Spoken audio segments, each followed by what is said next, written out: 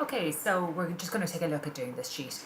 Now, you can see here that first of all, the heading is centered across the area, and also the headings, for example, price per box, that's going around the way, that's wrapping around. So let's just do that so we can see what we're dealing with.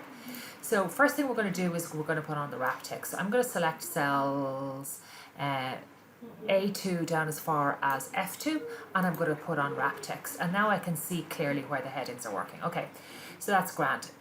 Right, I'm going to select the snack attack heading, and I'm now going to center it from A1 as far as F1, and I'm going to do merge and center. I'm going to increase it in price or in size. I'm going to line up my headings here, and I'm going to right align them. Okay, so they'll match up with the numbers.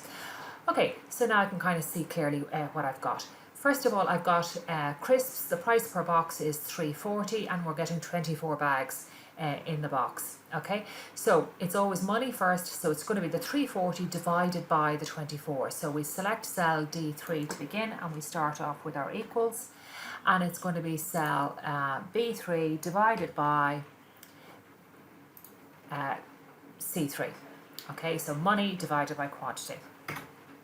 So we do 1, and we get our fill handle, and we drag down.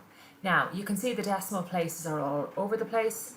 So I'm just going to click on the comma, which brings them all to 2 decimal places. I might bring this money here to 2 decimal places as well.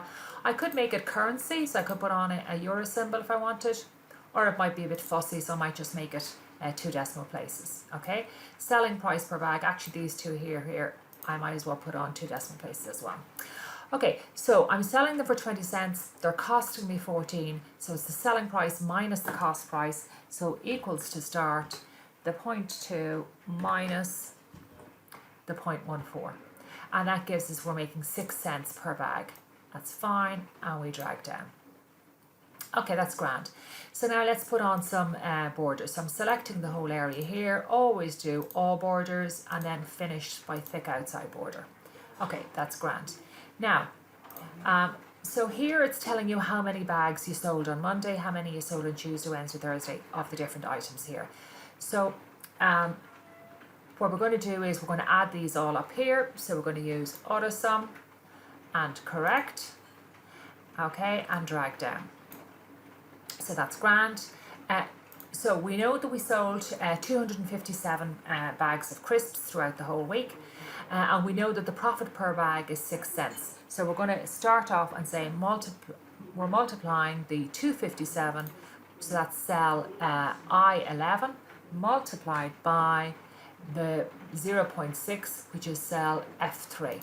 So it's I11 star F3, and press enter. So that gives us $14.99. Oh, this thing's out in the way a bit. And then we just click and drag down. That's all perfect. We select then down here to put in our totals. Click on your AutoSum and correct, and then get your fill handle and drag across. Okay, so we now want to center that across there. Okay, we'll increase it in size, and maybe we'll change the font to, for example, articulate. Okay, and we'll do the same here, we'll make it articulate as well. Okay, articulate. Okay, and select the area here, put on all borders and thick outside border. Okay, that's good. Now, so we've got all of the details in. We now want to create our charts. Okay, so first thing we're going to do here is create our chart, our snack attack chart up at the top here. Okay, so this chart is made out of the total profit here. So this pie chart we can see here is showing you the total profit for the different sales items. So the first thing we're going to do is we're going to select cell A10 down as far as A15. We click and drag and we let go of the mouse. Then we hold down Control with our left hand and we click and drag from J10 down as far as J15. Okay, so again, what we select on the left hand side must be the same height as what we select on the right hand side. So that's fine. Then we click on Insert, Pie Chart. We'll just go with the simple 2D pie chart, and then we'll apply, I think it's style 8 over here. Okay, now you'll notice that the numbers are attached here. Okay, so let's go to chart element, and these are called data labels. Okay, and we'll actually go to more data label options. Okay, and out the side here.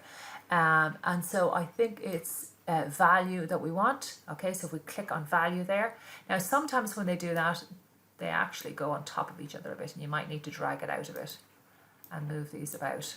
Okay, so that it all fits in nicely. Okay, so that's the first chart done. Okay, and I'll move it down there to get it out of the way. Okay, the second chart then we're doing is this one here. Again, it's total profit. So we select from snacks to popcorn, click and drag and let go. And then we hold down control, click and drag from total profit down as far as the 1932. And then we go to insert.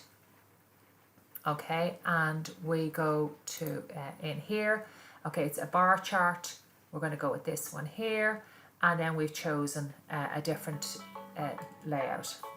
Okay, so we have the chart here. We're just going to apply, I think it's this one here. Okay, and again, we want the values on. So if this wasn't here, if that wasn't available to you, you go to add chart element, data labels, more data label options.